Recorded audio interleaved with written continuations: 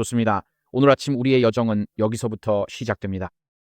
먼저 우리는 퇴폐에 대해 살펴보고 그 다음에는 현재 미국에서 일어나고 있는 고통과 정신 건강 위기에 대해 알아볼 것입니다. 그리고 결론에 도달하기 전에 신성한 구원에 대해서도 살펴볼 예정입니다. 이것이 오늘 아침 우리의 여정입니다.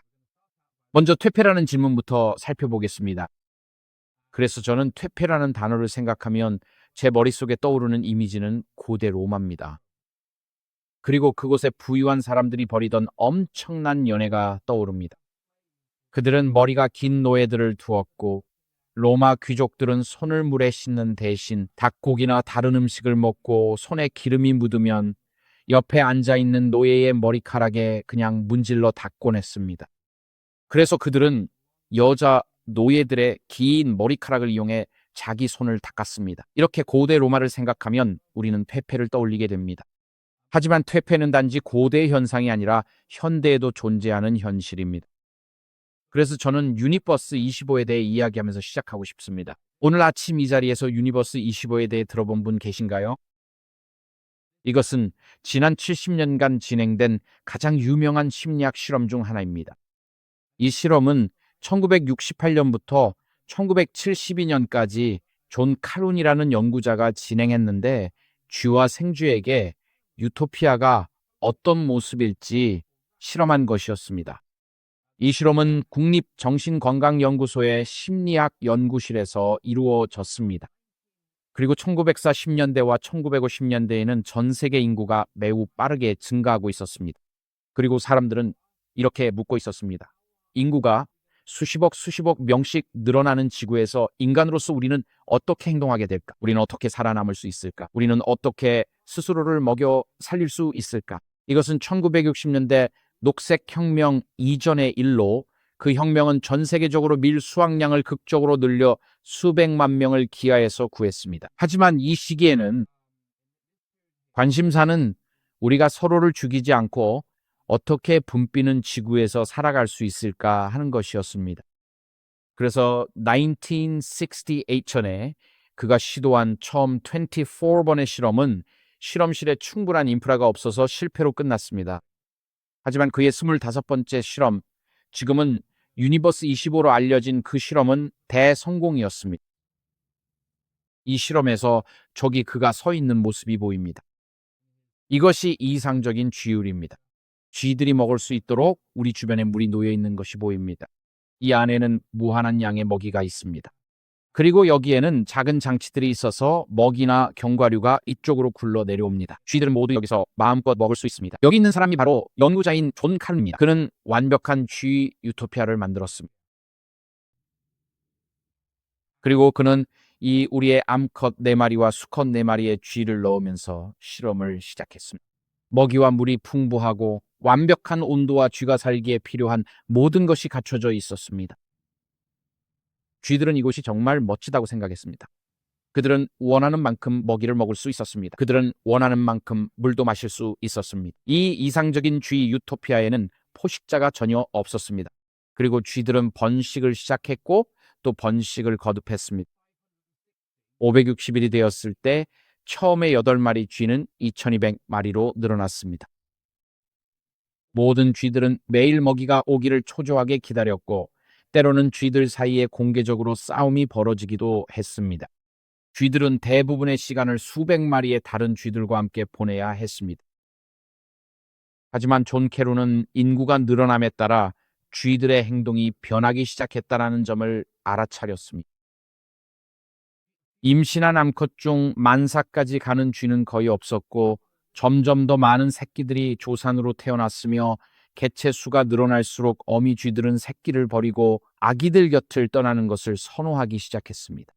쥐 유토피아의 외딴 곳에서 살며 새끼들은 죽도록 내버려 두었습니다.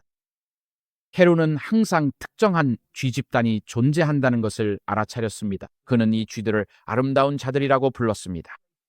이들은 쥐 유토피아에 보호받는 장소에 스스로를 격리시켰고 입구에는 경비쥐가 자리를 지켰습니다.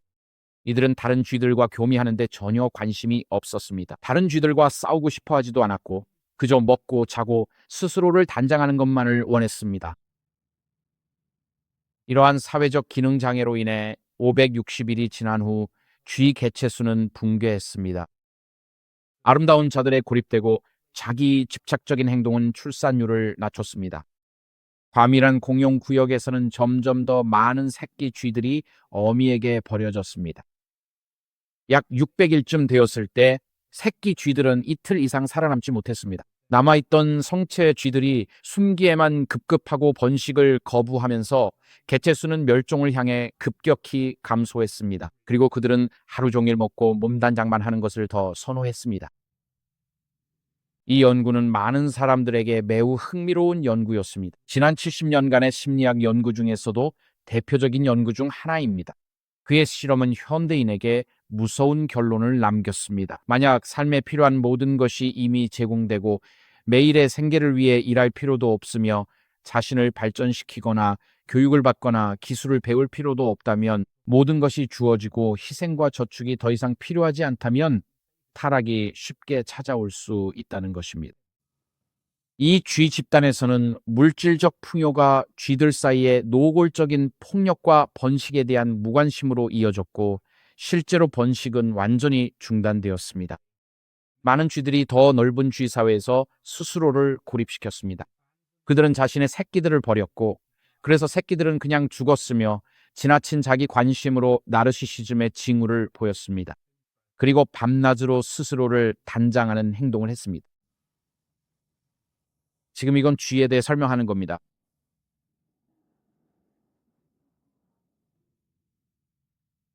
제가 여기서 현대 사회를 설명하는 건 아닙니다.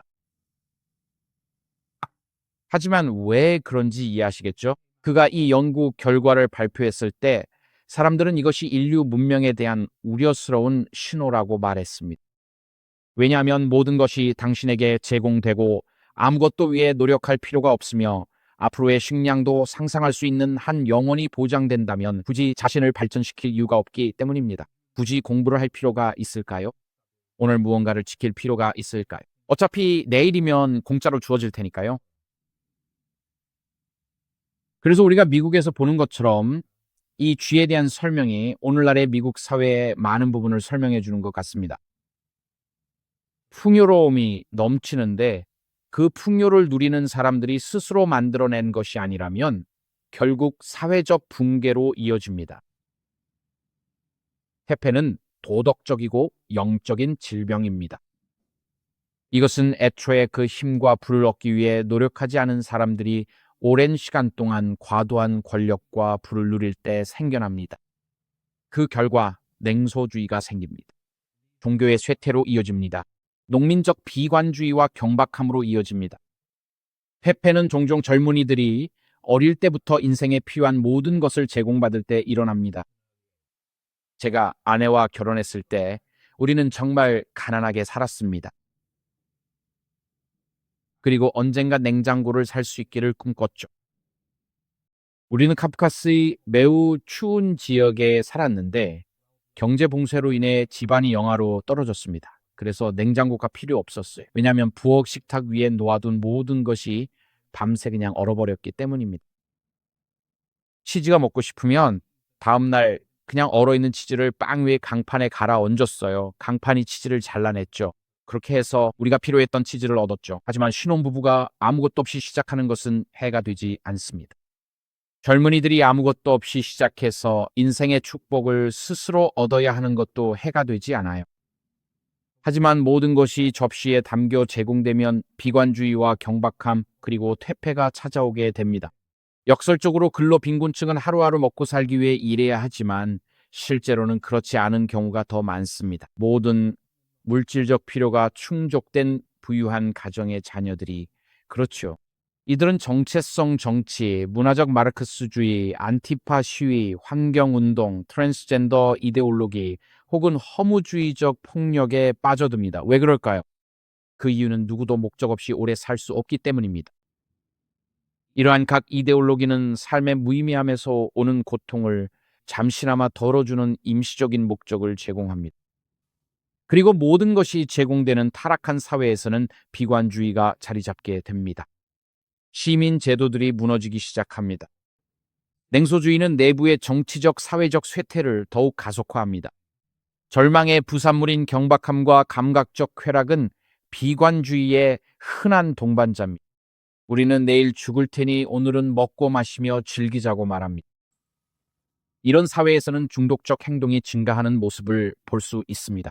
결혼과 출산율은 붕괴하고 낙태율은 치솟으며 사회적 붕괴가 일어납니다. 이것이 정치적 양극화와 결합되어 그 뒤에 유토피아로 혹은 현대 미국처럼 사회 붕괴의 지점까지 밀어붙입니다.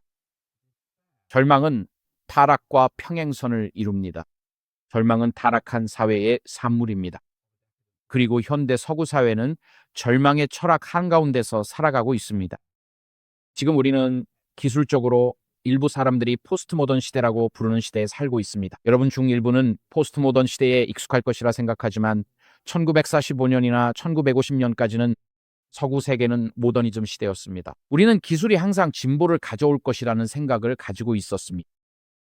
하지만 1차 세계대전과 2차 세계대전의 대학살 이후 그리고 민주주의가 아돌프 히틀러를 낳고 마르크스주의가 공산주의 강제 수용소를 낳았으며 과학이 원자폭탄을 가져온 것을 본 후 우리는 진보의 약속에 환멸을 느끼기 시작했습니다. 그래서 1950년대 이후로 우리는 포스트모더니즘이라고 불리는 무언가를 보기 시작했습니다. 그것은 서구가 제공하는 모든 진보에 대한 환멸이었습니다. 기술의 발전을 통해서 말이죠. 포스트모더니즘은 서구 사회에서 의미의 깊은 상실을 나타내며 인간의 근본적인 조건에 대한 허무주의적 절망의 철학입니다. 그리고 오늘 아침 우리는 그 설교의 시작에서 미국에서 증가하는 허무주의적 폭력에 대해 이야기했습니다. 어떤 생명도 중요하지 않다.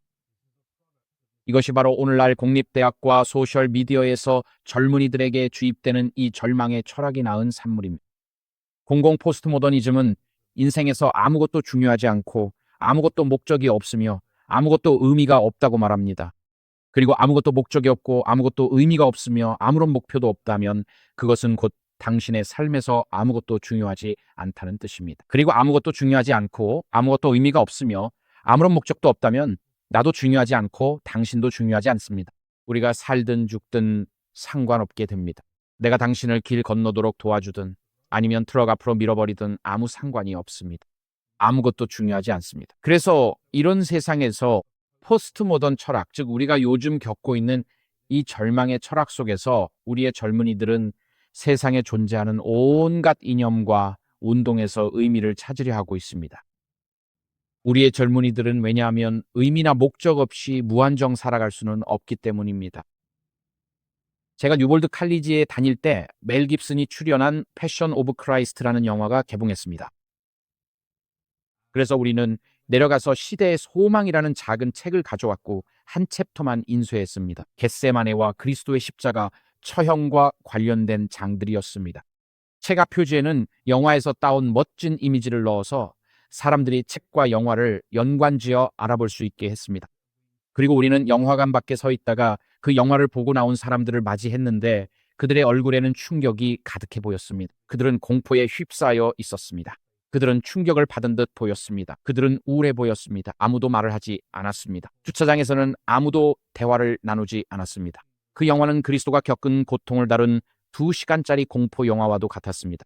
우리는 많은 젊은 남성들과 대화를 나누기 시작했습니다. 그리고 10대 청소년 한 무리와 이야기를 나누고 있었습니다. 그들은 16세, 17세였습니다. 그리고 제가 깨달은 것은 이 아이들에게는 살아갈 이유가 없다는 것이었습니다. 그래서 저는 무엇을 위해 사냐고 묻기 시작했습니다. 기본적으로 그는 술 마시고 여자를 만나고 그리고 죽는다고 말했습니다. 그게 바로 이 젊은이의 인생의 목적이었습니다. 그 외에는 살아갈 가치가 없었습니다. 오늘날 우리 젊은이들 30대 이하의 세대는 목적과 의미를 찾고 있습니다. 복음이 아니라 미국 전역을 휩쓰는 다양한 이념과 세계관에서 그것을 찾고 있습니다. 어떤 사람들은 민족주의의 옹호자가 되기도 합니다. 어떤 사람들은 세계주의의 옹호자가 되기도 합니다. 어떤 사람들은 그레타 툰베리처럼 환경을 위해 앞장서기도 합니다. 어떤 사람들은 문화적 마르크스주의의 옹호자이기도 합니다. 어떤 사람들은 성소수자 인권 운동가이기도 합니다. 어떤 사람들은 팔레스타인을 위한 퀴어를 지지하지만 팔레스타인에서는 그렇지 않습니다. 어떤 사람들은 자유 팔레스타인을 외치거나 자유 DC 운동에 참여합니다. 어떤 이들은 트랜스젠더 권리를 위해 로비하고 안티파를 지지하며 선불교에 빠지기도 합니다. 오컬트에 심취하거나 블랙 라이브즈 매터 운동에 참여하기도 합니다. 어떤 사람들은 노 라이브스 매터에 빠지기도 합니다. 허무주의적 폭력과 극단주의로 나아가기도 합니다. 그리고 이 모든 스펙트럼이 세상 다양한 사상들이 젊은이들을 유혹하고 사로잡습니다. 사상들은 의미와 목적을 약속합니다. 정의로운 대의를 위해 싸울 수 있습니다. 당신이 정의로운 대의를 위해 싸운다면 당신 자신도 정의로운 사람이 됩니다. 사람들은 하나님과 상관없이 의로움을 추구합니다. 이런 이념의 스펙트럼은 절망의 철학에 의해 뒷받침되고 있습니다. 몇 주 전에 다른 설교에서 이 슬라이드를 보여드린 적이 있는데 오늘 다시 보여드리려고 합니다. 절망의 포스트모던 세계관 속에서 의미를 갈구하는 현대인의 외침을 이보다 더 잘 담아낸 것은 없습니다. 바로 퀸의 노래 The Show Must Go On입니다. 여러분 중에 영국 록그룹 퀸을 들어본 분 계신가요? 아마 못 들어보신 분들도 계실 겁니다. 아니요, 손을 들라고 하진 않을게요. 좋습니다. 이해합니다. 그리고 그들은 아주 유명한 노래들도 많이 가지고 있습니다. 그중 하나는 리드싱어인 프레디 머큐리가 쓴 곡입니다. 프레디 머큐리는 동성애자였습니다. 그는 1000명이 넘는 남성과 잠자리를 가졌다고 자랑하기도 했습니다. 그리고 1980년대 초 유럽에 에이즈가 퍼졌을 때 그는 에이즈에 걸렸습니다. 그리고 그가 에이즈에 걸렸다는 사실을 알게 된 후 그는 The Show Must Go On이라는 곡을 썼습니다. 그 노래를 아는 분들도 계실 거예요. 아마 들어보셨을 겁니다. 아주 유명한 곡이죠. 그리고 그 노래의 가사가 저기 화면에 나와 있으니 보실 수 있습니다. 저는 프레디 머큐리처럼 읽지는 않을 겁니다. 그는 저보다 2옥타브는 더 높게 말할 수 있었으니까요. 하지만 그가 이렇게 말했습니다. 그는 이렇게 말했죠. 텅 빈 공간들, 우리는 무엇을 위해 살아가는 걸까? 버려진 장소들, 우리는 이미 결과를 알고 있겠지. 계속해서 우리가 무엇을 찾고 있는지 아는 사람이 있을까? 이게 첫 번째 벌스의 끝입니다. 그리고 두 번째 벌스에서는 이렇게 말합니다. 또 다른 영웅. 팬터마임의 커튼 뒤에 또 다른 무의미한 범죄. 자리를 지켜. 더 이상 이걸 감당하고 싶은 사람이 있을까? 그리고 이어지는 후렴구가 바로 쇼는 계속되어야 한다입니다. 쇼는 계속되어야 해. 그는 그래. 하지만 그럴 수 없어라고 말합니다. 내 마음은 무너지고 있어. 화장은 벗겨질지 몰라도 내 미소는 그대로야. 그리고 계속해서 말합니다. 무슨 일이 일어나든 나는 모든 걸 운에 맡겨. 또 다른 가슴앓이, 또 다른 실패한 사랑. 계속해서 우리가 무엇을 위해 살아가는지 아는 사람이 있을까? 그리고 이 마지막 벌스는 정말 가슴 아픕니다. 이렇게 말하죠. 아마 나는 배우고 있는 것 같아. 이제 나는 좀 더 따뜻해졌을 거야. 곧 나는 이 모퉁이를 돌아설 거야. 밖에서는 새벽이 밝아오지만 안에서는 어둠 속에서 나는 자유를 갈망하며 아파하고 있어. 이제 여기서 그냥 합치면 저것들이 각 벌스의 마지막 구절들이에요. 우리가 무엇을 찾고 있는지 아는 사람이 있을까요? 더 이상 이걸 감당하고 싶은 사람이 있을까요? 우리가 무엇을 위해 살아가는지 아는 사람이 있을까요? 하지만 안에서는 어둠 속에서 나는 자유를 갈망하며 아파하고 있어. 프레디 머큐리는 이 세상이 줄 수 있는 모든 것을 맛보았고 이것이 그가 녹음한 마지막 곡들 중 하나에서 남긴 그의 임종의 생각들이었습니다. 이건 승리의 노래가 아니죠. 그렇지 않나요? 이건 절망의 노래입니다. 그는 이 세상이 줄 수 있는 모든 것, 성적 본능이 혁명이 말하길 그것들이 당신의 삶의 의미와 목적 그리고 기쁨을 더해줄 거라고 했죠. 그는 할 수 있는 모든 것을 다 해봤지만 결국 그는 이렇게 말합니다. 우리가 무엇을 찾고 있는지 아는 사람이 있을까요? 더 이상 이걸 감당하고 싶은 사람이 있을까요? 하지만 내면 어둠 속에서 나는 자유로워지고 싶어 아파하고 있어요. 이 가사를 읽으면 제게는 프레디 머큐리에 대한 시각이 달라집니다. 어릴 때는 그를 끝없는 맥주와 방탕에 빠진 신없는 그저 단순한 록스타로만 생각했었죠. 하지만 나이가 들면서 깨달았습니다. 그는 의미와 목적의 가능성을 부정하는 철학적 세계에서 의미와 목적을 찾으려 했던 사람이었습니다. 그리고 이것이 어쩌면 인간이 겪는 가장 큰 비극 중 하나일지도 모릅니다. 그는 의미를 찾고 있었습니다. 그는 사랑을 찾고 있었습니다. 그는 정체성을 찾고 있었습니다. 그는 미래를 찾고 있었지만 죽음을 앞두고도 여전히 그는 이렇게 묻고 있습니다. 누가 이 모든 것이 무엇인지 내게 말해줄 수 있나요? 그리고 우리는 이런 가수들을 신에 반항하는 존재가 아니라 더 나은 무언가를 간절히 찾으려 애쓰는 길 잃은 인간으로 보기 시작합니다. 우리는 복음서에서 예수님이 군중을 연민의 시선으로만 바라보셨다는 구절의 의미를 이해하기 시작합니다. 왜냐하면 이 남자는 이 세상의 신들을 따랐기 때문입니다. 그는 이 세상의 이데올로기를 따랐습니다. 그는 이 세상의 철학을 받아들였습니다. 그리고 대부분의 사람들은 자신이 속한 사회가 준 세계관 밖에서 생각하지 않습니다. 그는 의미와 목적, 사랑을 찾기 위해 할 수 있는 모든 것을 했습니다. 하지만 결국 그는 매우 외롭게 죽었습니다. 보세요. 우리는 의미 있기를 갈망합니다. 우리는 보고, 보이고, 알고, 알려지고, 듣고, 들려지기를 원합니다. 우리는 받아들이고 싶고, 또 받아들여지기를 원합니다. 우리는 거절당할 두려움 없이 솔직해지고 싶어 합니다. 그래서 이혼이 그렇게 고통스러운 것입니다. 우리는 사랑하는 법을 배우고, 사랑받는 법을 배웁니다. 그래서 현대 서구에서 인간의 마음이 외치는 소리는 서구 사회를 지탱하는 절망의 근본 철학과 근본적으로 충돌합니다. 그리고 만약 절망이 우리 서구 사회의 토대라면 이것은 오늘날 우리의 정신 건강 위기에서 드러납니다. 저는 이 고통의 문제에 대해 잠시 더욱 이야기하고 싶습니다.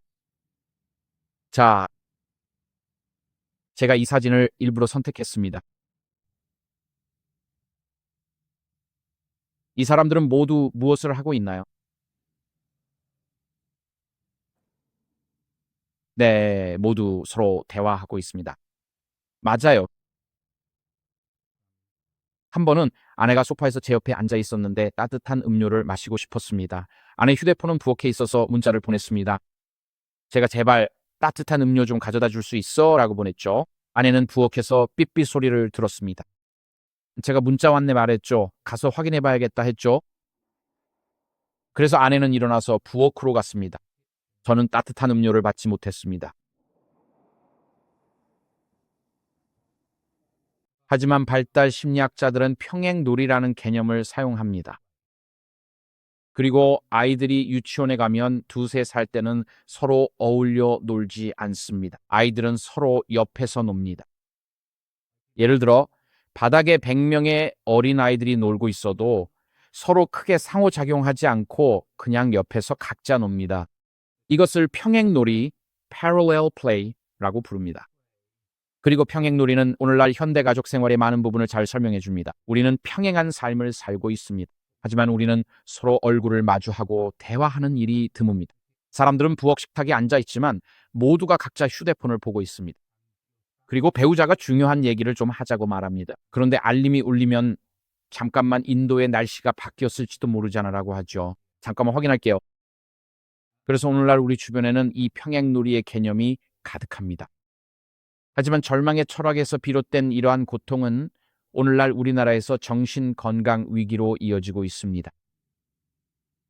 저는 그중 한 가지 측면, 즉 불안에 대해 이야기하고 싶습니다. 정신 건강 위기에는 여러 가지 요인이 작용하고 있습니다. 코로나19 팬데믹은 도움이 되지 않았습니다. 실제로 많은 사람들에게 하락세를 더욱 악화시켰습니다. 어린 시절의 이혼, 전반적인 이혼, 그리고 도덕적 타락, 우리가 주변에서 보는 경제적 불안정 등도 있습니다. 하지만 2010년 이후 정신건강 위기를 가속화시킨 한 가지 특별한 요인이 있습니다. 세대가 서로 다른 이유는 단순히 태어난 해나 겪은 경험 때문만은 아닙니다. 어떤 사람들은 대공황을 함께 겪었습니다. 어떤 사람들은 2차 세계대전을 함께 겪었습니다. 이를 두고 위대한 세대라고 부를 수도 있겠죠.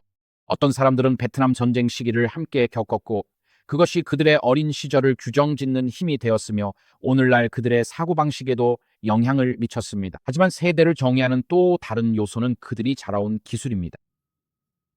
저희 할아버지는 라디오 시대에 성장하셨습니다.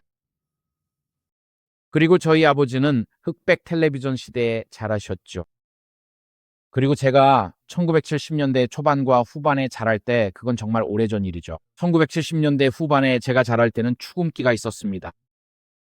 우리는 그 위에 LP판을 올려서 들었죠. 그리고 한 번은 제 삼촌이 로마린다에서 방문하셨는데 IBM 개인용 컴퓨터를 가지고 오셨어요.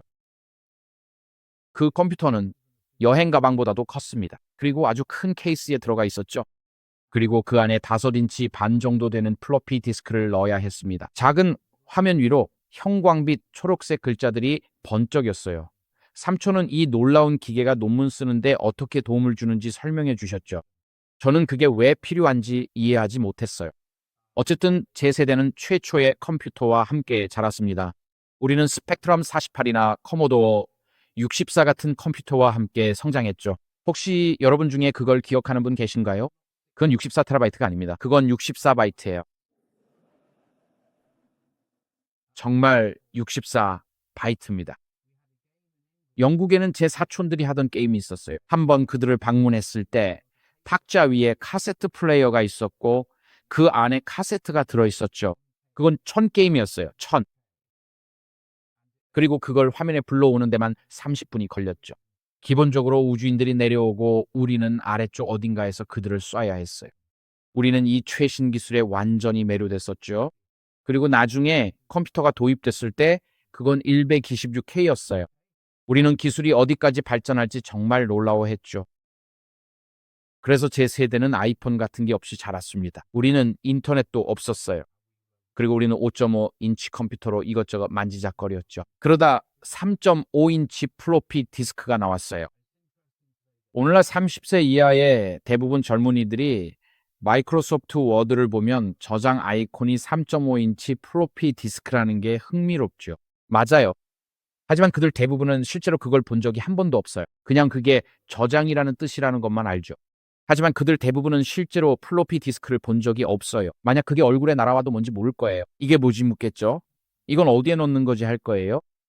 그래서 우리는 자라면서 접한 기술에 의해 종종 정의되곤 합니다. 1995년 이후에 태어난 제터 세대, 즉 GNZ는 사춘기를 겪으면서 스마트폰을 가진 최초의 세대입니다. 주머니에 스마트폰을 넣고 다니면서 말이죠. 역사상 처음으로 인터넷을 주머니에 넣고 다니는 세대입니다. 이들은 인간의 지식, 감정, 악덕, 폭력 등 상상할 수 있는 모든 것에 접근할 수 있는 관문을 가지고 있습니다. Z세대는 모든 것을 손끝에서 누릴 수 있습니다. 이런 경험을 한 세대는 이전에 없었습니다. 창세기 3장, 4장, 5장입니다. 뱀이 여자에게 말했습니다. 이것이 이브의 유혹입니다. 뱀이 여자에게 말하길 너희가 결코 죽지 않을 것이다. 하나님께서는 너희가 그것을 먹는 날에 너희 눈이 밝아질 것을 아신다. 그리고 너희는 하나님과 같이 되어 선을 알게 될 것이다. 그리고 악도 알게 될 것이다. 이것은 히브리식 표현입니다. 히브리어로 선악을 알게 된다는 것은 선한 것과 악한 것을 모두 알게 된다는 뜻입니다. 그 사이의 모든 것까지도요. 이것은 마치 다윗이 이스라엘 백성을 북쪽의 단에서 남쪽의 부엘세바까지 셌다고 말하는 것과 같습니다. 즉, 이 두 극단적인 반대편, 극과 극을 말할 때는 그 사이에 있는 모든 것을 포함한다는 의미입니다. 그래서 첫 번째 유혹은 우리가 알 수 있는 모든 것을 알게 된다는 것이었고, 지금 우리는 그것을 휴대폰에서 가지고 있습니다. 이제 우리는 휴대폰으로 그것을 이룰 수 있게 되었습니다. 사탄은 우리가 신과 같이 될 것이라고 했지만 그것은 인간의 타락으로 이어졌습니다. 선과 악, 그리고 그 사이에 있는 모든 것을 알 수 있는 능력, 제한 없는 지식이 인간의 타락을 불러왔습니다. 그리고 1980년대부터 여기 정말 놀라운 책이 있습니다. 모든 부모님이나 조부모님께 꼭 읽어보시라고 권하고 싶습니다. 많은 재림교회 학교에서 조너선 하이트가 2024년에 출간한 이 책을 읽고 있습니다. 이 책의 제목은 불안한 세대입니다. 이분은 이 분야의 연구자입니다. 하지만 1980년대에 시작되어 1990년대에 가속화된 변화로 아이들이 자라는 방식이 극적으로 달라졌습니다. 제가 어릴 때는 학교에서 집에 오면 저와 쌍둥이 형제 그리고 2명의 여동생이 있었는데 엄마가 우리를 밖으로 내보내면서 2시간 후에 들어오라고 하셨습니다. 나가서 놀아라. 이렇게 말씀하셨죠. 그래서 우리는 정말 그렇게 했습니다. 우리는 나무를 탔습니다. 이웃집 지붕에도 올라갔죠. 창문도 깨뜨렸습니다. 온갖 일을 다 했어요. 주변 들판을 돌아다녔습니다. 한 번은 들판에 불을 지르려고도 했죠.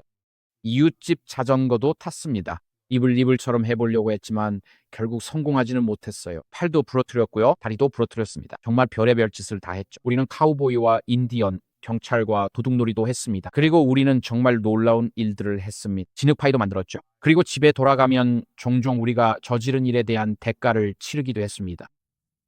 하지만 우리는 정말 자유롭고 구조화되지 않은 놀라운 놀이 시간을 가졌어요. 하지만 1990s에 뭔가 변화가 일어났습니다. 그리고 감독받지 않고 자유롭게 밖에서 노는 시간이 급격히 줄어들었죠. 그 이유 중 일부는 우리가 점점 더 소송을 많이 하게 되었기 때문이었습니다. 또 다른 이유는 아이들이 유괴되거나 공격당할까봐 두려워하게 되었기 때문이었죠. 그래서 우리는 80년대와 90년대에 자유놀이, 놀이 중심의 어린 시절에서 휴대폰 중심의 어린 시절로 전환하게 되었습니다. 이것이 실제로는 무엇을 의미했을까요? 이것은 우리가 물리적 세계에서는 과잉 보호를 하다가 가상 세계에서는 보호가 부족해졌다는 것을 의미합니다. 물리적 세계에서의 과잉 보호, 밖에 나가서 놀게 할 수 없어. 밖에는 위험한 것들이 있으니까 여기 아이패드가 있어. 이걸로 하고 싶은 거 뭐든 해. 그래서 우리는 물리적 영역에서는 과잉 보호를 했고 아이들을 휴대폰 중심의 어린 시절로 옮겨 놓았습니다. 1990년대와 2000년대 초 그리고 지금에 이르러서는 디지털 세계에서 보호가 부족해졌습니다. 대부분의 부모들은 자녀가 온라인에서 무엇을 보고 있는지 거의 모릅니다. 사실 부모들은 아이들이 온라인에서 무엇을 보고 있는지 거의 전혀 알지 못합니다. 우리는 아이들의 신체를 물리적으로 보호하지만 그들이 무엇으로 마음을 채우는지에 대해서는 거의 신경 쓰지 않습니다. 이로 인해 고통받는 세대가 생겨났습니다. 그래서 우리의 관계도 변했습니다. 이것이 바로 현실 세계의 관계입니다. 이것들은 가상관계입니다. 그래서 우리는 1990년대에서 여기까지 이동했습니다. 우리는 서로 소통할 때 몸을 사용해서 실체적인 관계를 맺곤 했습니다. 우리는 다른 사람의 신체를 의식하고 의식적이든 무의식적이든 그들의 신체에 반응합니다. 우리는 삶의 물리적인 측면을 매우 잘 인식하고 있었지만 이제는 우리의 젊은 세대가 성장하고 있습니다. 그리고 이제는 신체가 전혀 필요 없는 비실체적인 관계가 생겼습니다. 실제로 누군가를 볼 필요도 없습니다. 그저 언어만 있으면 되고 언어로 소통하는 상대가 AI일 수도 있습니다. 우리는 또한 현실 세계에서 동기적인 관계, 즉 동시에 일어나는 관계에서는 대화 중에 타이밍과 순서에 대한 미묘한 신호들이 있습니다. 우리는 대화를 읽는 법을 배웁니다. 우리는 대화를 따라가는 법을 배웁니다. 우리는 언제 조용히 있어야 하고 언제 끼어들어 무언가를 말할 수 있는지 배웁니다. 하지만 우리는 비동기적인 관계로 옮겨왔습니다. 즉 휴대폰에서 여러 대화를 동시에 진행하고 있습니다.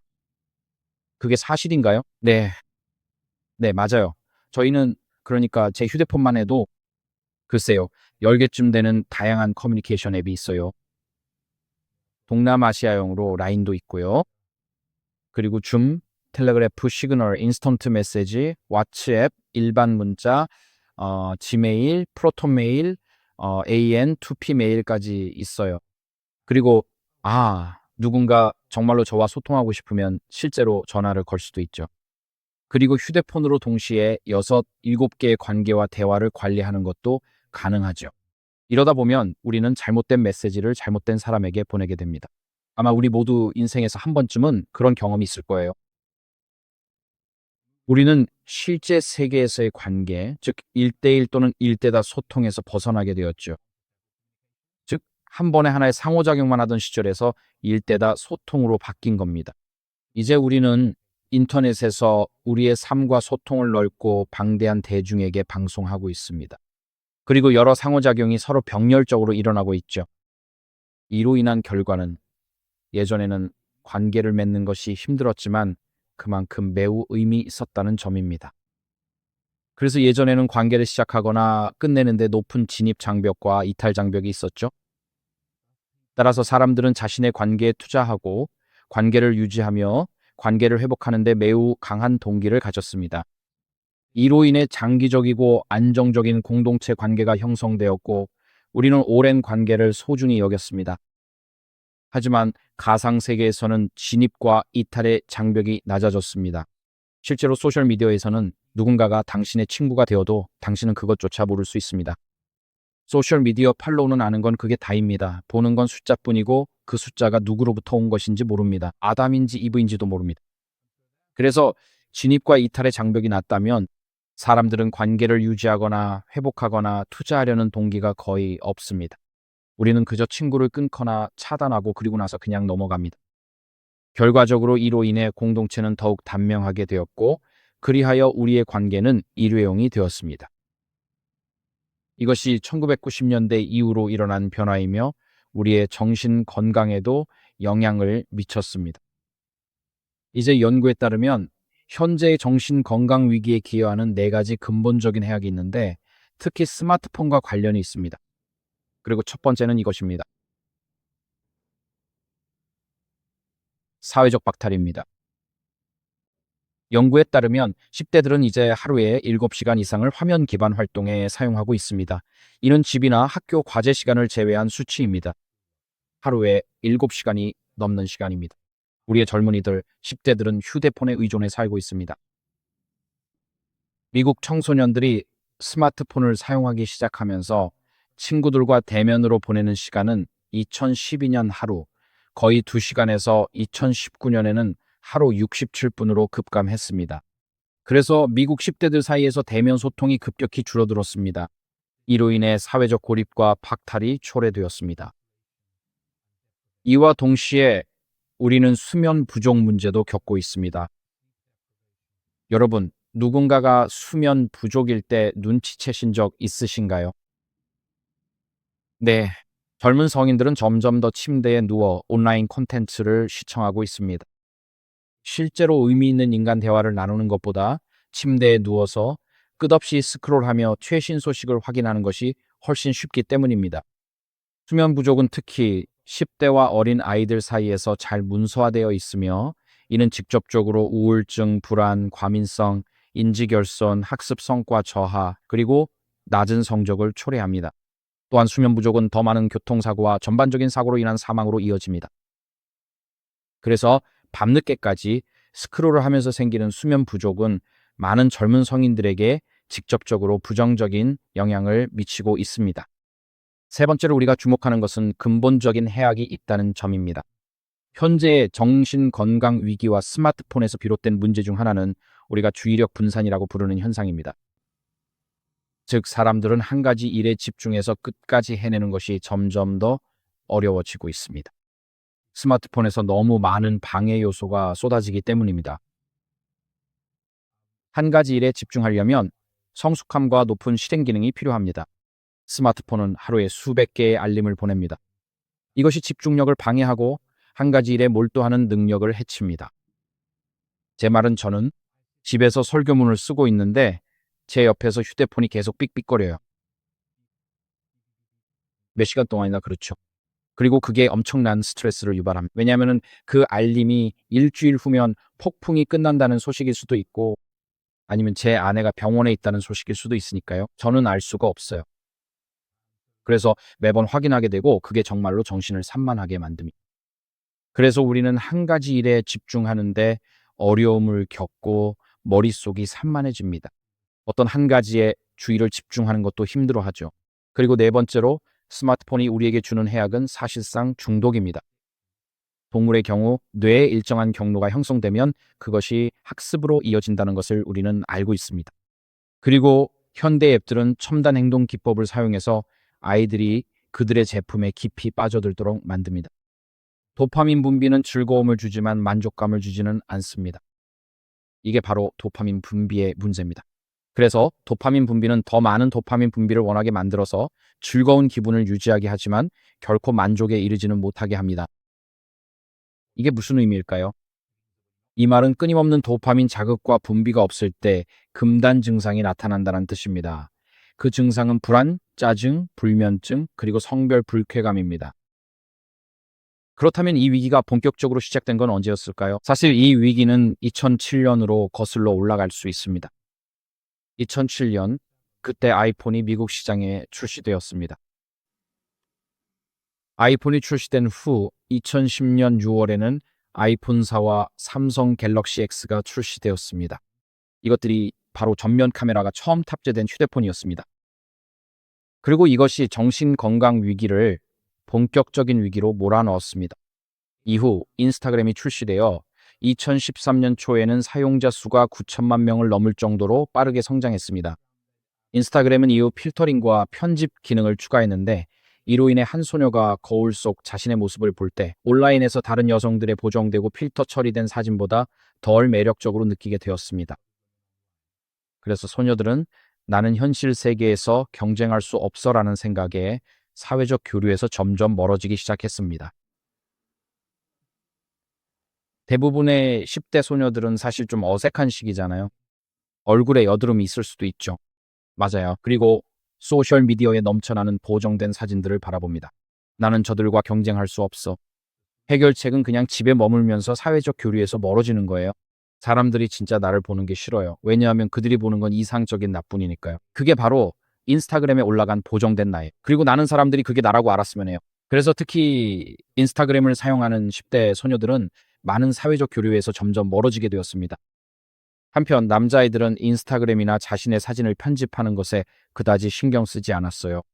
그들은 콜 오브 듀티 같은 1인칭 슈팅 멀티플레이어 게임, 유튜브 레딧, 그리고 하드코어 포르노에 몰두했습니다. 그게 남자아이들이 빠져든 세계였죠. 그리고 2010년 이후로 우리는 10대와 젊은 성인들 사이에서 심각한 건강 위기가 시작되는 것을 보기 시작했습니다. 그래서 2010년부터 2015년까지 150%의 증가가 있었습니다. 10대들 사이에서 보고된 우울 장애가 150% 증가했으며 이는 성별, 인종, 사회 경제적 계층을 모두 아우르는 현상이었습니다. 즉, 백인에게만 더 영향을 미친 것도 아니고 히스패닉에게만 더 영향을 미친 것도 아니었습니다. 이것은 미국 내 모든 집단에 영향을 미친 평등한 기회의 재앙이었습니다. 특히 2010년 이후 스마트폰, 인스타그램 같은 제품이 출시되면서 우리는 어린 10대들 사이에서 정신 건강 문제의 급격한 증가를 보기 시작했습니다. 여학생들은 주로 불안과 우울증 같은 내면화 장애를 경험했는데 이는 개인이 강한 고통을 느끼는 상태입니다. 그리고 그들은 불안, 두려움, 슬픔, 그리고 종종 사회적 위축과 같은 증상을 내적으로 경험합니다. 이런 종류의 문제는 여학생들이 남학생들보다 더 많이 겪습니다. 반면 남학생들은 폭력이나 과도한 위험 감수와 같은 외향적인 증상을 보였습니다. 하지만 남학생과 여학생 모두 이 정신 건강 위기를 겪고 있습니다. 미국 대학 건강협회는 2019년에 보고서를 작성했는데 2010년부터 2018년까지 미국 내 모든 대학의 보고서를 조사했습니다. 그리고 그들은 미국 대학 캠퍼스에서 학생들의 정신 건강에 어떤 변화가 있었는지 알아보고자 했습니다. 그들이 발견한 것은 그 9년 동안 불안증 보고가 134% 증가했고 우울증은 104% 증가했으며 ADHD는 72% 증가했고 양극성 장애는 57% 증가했으며 거식증은 100% 증가했고 조현병은 67% 증가했으며 약물 남용 또는 중독은 33% 증가했다는 점입니다. 이것은 전국 대학 캠퍼스에 몰아닥친 고통의 쓰나미입니다. 정말 비극적인 일입니다. 오늘날 젊은 성인들에게 영향을 미치는 정신 건강 문제에 대해 우리는 거의 알지 못합니다. 이 불안의 유행병은 특정한 결과를 초래합니다. 이것은 사회적 위축, 감정적 탈진과 번아웃, 일상 활동에 대한 마비될 정도의 두려움과 불안, 그리고 인지 왜곡으로 이어지고 있습니다. 예를 들어 파국적 사고, 파멸적인 정보만 계속해서 보는 것, 흑백 논리로 경직되게 생각하는 것, 과도한 일반화, 신체의 긴장과 뻣뻣함 등이 있습니다. 2010년부터 2020년까지 자해, 예를 들어 자해를 위해 스스로를 베는 행위로 응급실을 찾은 소녀들이 188% 증가했습니다. 같은 기간 동안 남자아이들의 경우 48% 증가했습니다. 2010년부터 2020년까지 10대 소녀들의 자살률은 167% 증가했고 소년들은 91% 증가했습니다. 그러니 누군가가 나는 트리거됐다, 안전한 공간이 필요하다, 불안하다고 말할 때 이것은 도덕적 실패가 아닙니다. 이것은 바로 여러분에게 하는 말. 이런 일이 우리 사회 전반에서 일어나고 있다면 우리 사회 내부에서 이런 현상을 일으키는 무언가가 있다는 뜻입니다. 우리는 이런 사람들을 약간 미쳤다고 생각하거나 정신을 차리라고 할 수도 있지만 그렇지 않습니다. 우리 사회에는 변화가 있었고 우리는 우리가 사회에 들여온 변화의 결과를 지금 목격하고 있습니다. 학술 연구에 따르면 소셜미디어는 특히 소녀들에게 있어서 불안과 우울의 상관관계가 아니라 불안과 우울의 원인입니다. 소녀들은 인스타그램이나 틱톡과 같은 시각 중심의 플랫폼을 선호합니다. 소녀들은 다른 소녀들과의 시각적 비교에 매우 민감합니다. 소녀들은 포르노 영화나 소셜미디어에서 보이는 신체적으로 불가능한 기준에 맞추려고 애쓰는 것에 대해 매우 신경을 쓰고 거의 포기한 상태입니다. 그 결과 소녀들은 종종 소셜미디어에서 다른 소녀들의 평판을 해치는 방식으로 공격성을 드러내기도 하고 자신을 사진을 요구하는 남성 스토커들에게 노출시키기도 합니다. 온라인에서 자신의 누드 사진을 공유하도록 압박받는 것입니다. 그리고 소년들은 이 정신건강 위기에 어떻게 반응할까요? 많은 소년들에게는 현실 세계로부터의 철수가 일어나고 있습니다. 점점 더 적은 수의 젊은 남성들이 하이킹, 등산, 카약 혹은 모험과 같은 활동에 시간을 내지 않고 있습니다. 그들은 온라인 게임이라는 가상 세계로 이동하고 있습니다.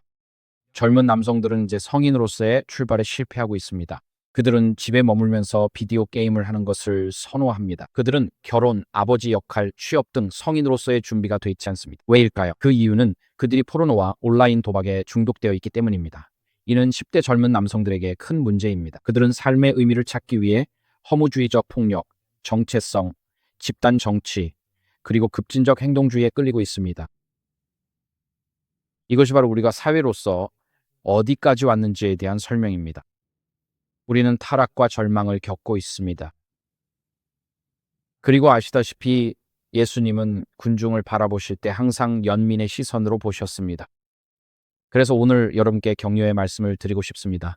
요즘 10대들은 정말 힘든 삶을 살고 있습니다.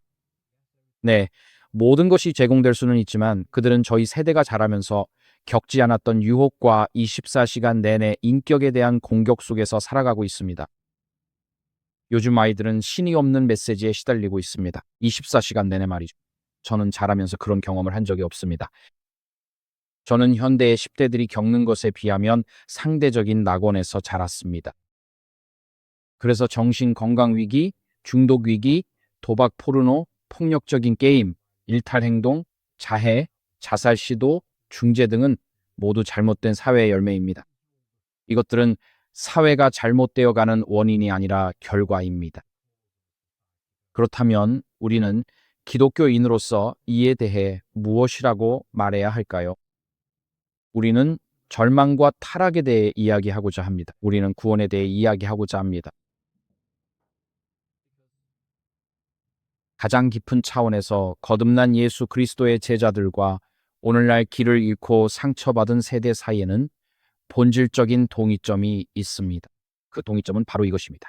하나님이 없으면 인류는 의미가 없습니다.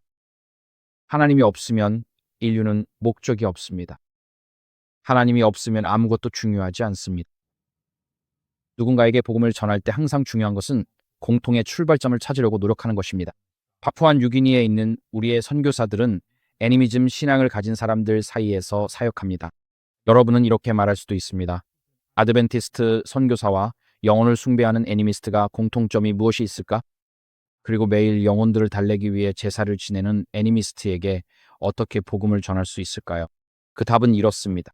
우리 아드벤티스트와 그들 애니미스트 모두 영의 실제를 믿는다는 점입니다. 우리 역시 악한 영들이 존재한다고 믿습니다. 또한 우리 모두는 사탄이 삼킬 자를 찾으며 으르렁거리는 사자와 같다고 믿습니다. 즉, 이 악한 영들은 여러분의 삶에서 선한 모든 것을 파괴하려고 한다는 것입니다. 이 세 가지에 대해서는 우리가 동의할 수 있습니다. 하지만 그 다음에 해결책이 있습니다. 애니미스트들은 이렇게 믿습니다. 영혼들을 잠시 떼어내기 위해 닭이나 염소 또는 버팔로를 제물로 바쳐야 한다고 생각합니다. 하지만 우리는 여러분을 그 영들의 노예 상태에서 완전히 구원하기 위해 단 한 번 영원한 피의 희생이 있었다고 믿습니다. 어떤 희생이 더 나은 희생입니까? 닭의 희생입니까? 아니면 그리스도의 희생입니까? 그래서 사람들과 대화할 때는 항상 우리가 어떻게 공통의 출발점을 가질 수 있을지 생각해 보는 것이 도움이 됩니다. 어디에서일까요? 예를 들어 우리가 거리에서 만나는 어떤 사람들과 아무런 공통점이 없다고 해도 항상 우리가 공유할 수 있는 무언가가 있습니다. 저는 이렇게 말하고 싶습니다. 오늘날 많은 젊은 미국인들과 우리가 공유하는 점은 만약 인생에 하나님이 없고 계시된 도덕이 없다면 그 어떤 것도 목적이 없고 의미도 없다는 사실을 인식한다는 것입니다. 우리는 모두 그 기본적이고 공통된 출발점에서 시작할 수 있습니다. 이것은 우리의 희망, 꿈, 사랑, 그리고 성공이 결국에는 아무런 의미가 없다는 것을 의미합니다. 그래서 그리스도인으로서 우리는 자신을 가리키며 내가 좋은 본보기가 되었으니 나를 보라고 말하는 것이 아닙니다. 나는 인생에서 잘 해냈다. 우리의 해결책은 예수님을 가리키고 사람들이 예수님을 바라보도록 초대하는 것입니다. 그리고 고통받는 이들에게는 그들이 하나님의 고난받는 종이신 예수님을 바라보도록 초대할 수 있습니다. 예수님께서도 오늘날 젊은이들이 겪는 것만큼이나 고난을 겪으셨습니다. 여기 아주 유명한 구절이 있습니다. 이사야 53장입니다. 우리는 이 구절에 매우 익숙합니다. 여기서 처음 8구절만 보여드리겠습니다. 예수님에 대해 이렇게 말합니다. 그는 우리가 보기에 모양도 없고 위엄도 없었다. 즉 그는 인스타그램에 나오는 에어브러쉬 모델이 아니었습니다. 그의 외모에는 우리가 그를 바랄 만한 것이 아무것도 없었습니다. 아무도 그를 2번 쳐다보지 않았을 것입니다. 그는 그냥 평범한 사람이었고 그를 본다고 해도 2번 생각하지 않았을 것입니다. 그는 멸시받고 다른 사람들에게 버림받았습니다. 그는 사회적 거절이 어떤 느낌인지 알고 있었습니다. 그는 캔슬 컬처가 어떤 것인지도 알고 있었습니다. 그는 소셜미디어에서 친구가 끊기거나 차단당하는 것이 어떤 것인지도 알고 있었습니다. 그는 고통의 사람이었고 질병과 슬픔을 잘 아는 사람이었습니다. 그는 우울함과 외로움을 겪는 것이 어떤 것인지도 알고 있었습니다. 그리고 친구들에게 버림받는 것이 어떤 것인지도 알았습니다. 사람들이 얼굴을 피하는 자, 그는 멸시받았고 우리는 그를 아무것도 아닌 존재로 여겼습니다. 즉 사회적으로 그는 아무것도 아니었습니다. 그는 완전히 캔슬 당했습니다. 그러나 그는 우리의 허물 때문에 상처를 입었고 우리의 죄악 때문에 짓밟혔습니다. 그가 받은 징계로 우리가 온전하게 되었고 그가 맞은 상처로 우리는 치유를 받았습니다. 우리는 모두 양처럼 길을 잃고 헤매었습니다. 우리는 각자 자기 길로 갔고 주님께서는 우리 모두의 죄악을 그에게 지우셨습니다. 현대적으로 말하자면 그래 우리는 사회적으로 잘못을 저질렀지만 그 궁극적인 죄책감은 오직 예수님만이 짊어지신다는 뜻입니다. 그가 그 대가를 치르게 될 것입니다. 그는 억압받고 고통을 당했지만 입을 열지 않았습니다. 그는 부패한 정의가 어떤 것인지 알고 있었습니다. 그는 부패한 종교체제가 어떤 모습인지 알고 있었습니다. 그는 거짓 증인들이 어떤 모습인지 알고 있었습니다. 그는 경찰의 폭력이 어떤 느낌인지도 알고 있었습니다. 그는 오늘날 우리의 젊은이들이 항의하는 모든 일을 직접 겪으셨습니다. 그는 입을 열지 않았고 도살장으로 끌려가는 어린 양처럼 털 깎는 자 앞에서 잠잠한 양처럼 그는 입을 열지 않았습니다. 그는 품위 있는 침묵을 지켰습니다. 정의가 왜곡되어 그는 끌려갔습니다. 누가 그의 미래를 상상할 수 있었겠습니까? 그는 산자의 땅에서 끊어졌고 내 백성의 허물 때문에 고난을 당했습니다. 이것을 현대적으로 예수님에 대해 요약할 수 있습니다. 예수님은 폭력적인 자들에게 쫓기는 난민 어린이였습니다. 그는 잔인하고 억압적인 정치체제 아래서 경멸받는 소수민족으로 살았습니다. 그는 육체 노동자였고 하루하루 일당을 받으며 살았습니다. 상대적인 가난 속에서 살았고 그의 사역 기간에는 집도 없이 지냈습니다. 그는 여우는 들에 굴이 있고 새들은 나무에 둥지가 있지만 인자는 머리 둘 곳조차 없다고 말했습니다.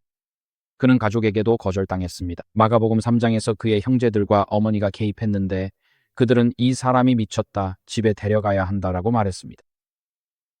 그는 가장 가까운 친구들에게 배신당하고 버림받았습니다. 모든 10대 소녀들은 가장 친한 친구들에게 온라인에서 공격당하고 인스타그램 댓글란에서 비꼬는 말을 듣는 게 어떤 기분인지 잘 압니다. 그는 끊임없이 오해받고 비방당하며 엘리트들에게 비판받았습니다. 엄마는 저를 이해하지 못해요. 엄마는 맨날 저를 비난하기만 하잖아요. 예수님도 그런 기분이 어떤지 아십니다. 당신이 하는 모든 말이 왜곡되어 당신을 공격하는 데 쓰일 때 말이죠. 그는 조작된 사법 시스템에 의해 사형 선고를 받았습니다. 오늘날 사람들은 경찰의 폭력과 형사 사법의 불의에 항의합니다. 예수님도 그런 불의의 희생자였습니다. 그분은 그 기분이 어떤지 아십니다. 그는 가장 고통스럽고 치욕스러운 방식으로 고문당하고 처형당했습니다. 우리가 보는 십자가에 달린 그리스도의 모든 그림에는 항상 허리에 천이 둘러져 있습니다. 하지만 복음서에서는 그들은 예수님의 옷을 벗겼습니다. 그는 온 세상 앞에서 벌거벗은 채로 매달려 있었습니다. 그것은 그를 모욕하기 위해 의도된 것이었습니다. 그는 슬픔의 사람이었고 고통을 잘 아는 분이었습니다. 우리는 예수님에 대해 여러 가지로 이야기할 수 있지만 여기서 우리가 방금 묘사한 예수님이 오늘날 많은 젊은이들이 공감할 수 있는 분임을 인식하는 것이 중요합니다. 그분은 오늘날 많은 젊은이들이 겪고 있는 일을 직접 겪으셨습니다. 그분은 거절당하는 아픔을 아십니다. 그분은 사회적 고립의 외로움을 아십니다. 그분은 정치적 또는 경찰의 불의에 대한 분노의 감정을 아십니다. 그분은 슬픔의 사람이자 고통을 잘 아는 사람이 어떤 것인지 아십니다. 그리고 그가 겪은 모든 일에도 불구하고 그는 군중을 연민의 시선으로만 바라보셨습니다. 그분이 어느 마을을 지나실 때마다 병자들이 치유됐습니다. 나병 환자는 깨끗해졌고 죽은 자는 살아났고 귀신 들린 자는 자유로워졌습니다. 그분은 소년, 소녀, 남자, 여자, 젊은이, 노인, 유대인, 이방인, 로마인, 바리새인 누구를 만나든 항상 존중, 친절, 영원한 안녕에 대한 진심 어린 관심으로 대하셨습니다. 예수님은 약하고 병든 자들을 치유하시기 위해 오셨습니다. 건강한 사람에게는 의사가 필요 없다는 것에 동의하시겠습니까? 네, 하지만 병든 자에게는 필요합니다. 그리고 우리 각자는 영혼이 죄로 병든 사람입니다. 우리 모두의 삶에는 죄의 흔적이 남아 있습니다. 그리고 그 죄가 드러나는 모습은 각자의 삶에서 다르게 나타나지만 우리 모두에게 존재합니다. 어떤 사람들은 태어날 때부터 선천적인 질환을 가지고 있고 또 어떤 사람들은 가족력으로 유방암이 있기도 합니다. 또 어떤 사람들은 제 아버지가 알코올 중독자였고 증조 할아버지도 알코올 중독자였으며 할아버지도 알코올 중독자였습니다. 그리고 결국 저도 알코올 중독자가 되었습니다. 어떤 사람들은 아버지가 어머니를 때리는 모습을 보고 자랐고 이제는 자신이 아내를 때리고 있는 자신을 발견하게 됩니다. 우리 모두는 죄의 흔적을 안고 살아갑니다. 그 모습이 각자의 삶에서 조금씩 다를 수 있지만 우리 모두는 그런 방식으로 살아가고 있습니다. 그 죄는 우리의 가정에까지 스며들었고 우리가 인정하든 하지 않든 우리의 가장 깊은 내면까지 영향을 미쳤습니다. 그리고 예수님은 건강한 사람을 위해 오신 것이 아닙니다. 그분은 영혼이 죄로 병든 이들을 위해 오셨습니다. 그리고 약하고 연약한 자들, 죄로 인해 삶이 망가지고 상처 입은 이들을 깔보는 대신 예수님은 오히려 상한 자들과 마음이 상한 자들에게 특별한 관심을 기울이셨습니다. 그분은 나병 환자들을 만지셨습니다. 그분은 의식적으로 부정하다고 여겨진 여인도 만지셨습니다. 그분은 자신에게 데려온 아이들을 품에 안으셨습니다. 그분은 야이로의 딸 침대 위에 죽어있던 12살 소녀에게 말씀하셨습니다. 작은 양아 일어나라. 그것이 바로 그 아람어의 번역입니다. 작은 양아 일어나라. 그리고 그녀는 죽음에서 일어났습니다. 그분의 사명이 마귀의 일을 멸하는 것이었기에 예수님은 병들고 죽어가는 자들을 고치기 위해 모든 노력을 다하셨습니다. 이런 구주가 계심을 주님께 감사드립니다. 그래서 오늘날 무거운 짐을 지고 타락한 사회에 살고 있는 이들에게 그리고 정신 건강 위기에 처한 사회에 살고 있는 이들에게 오늘 아침 강단에서 전하는 메시지는 이것입니다. 예수님은 버림받고 거절당하고 고문당하며 부당하게 학대받는 것, 외롭고 집 없는 것, 슬픔의 사람이 되어 고통 겪는 것을 아십니다. 이 모든 것을 여러분을 위해 하셨습니다. 그분이 여러분을 위해 그렇게 하신 것은 여러분이 자신이 겪은 일을 이해하는 구주가 필요하기 때문입니다.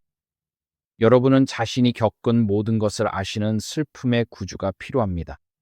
그래서 예수님은 말하자면 가장 고통스러운 삶을 사시기 위해 이 땅에 오셨습니다. 그것은 우리 모두가 그분을 우리의 개인적인 구주로 받아들일 수 있도록 하기 위함이었습니다. 그분은 단지 약하고 병든 자들을 고치기 위해 오신 것이 아닙니다. 그분은 우리에게 죄의 진정한 심각함과 공포를 드러내기 위해 오셨습니다.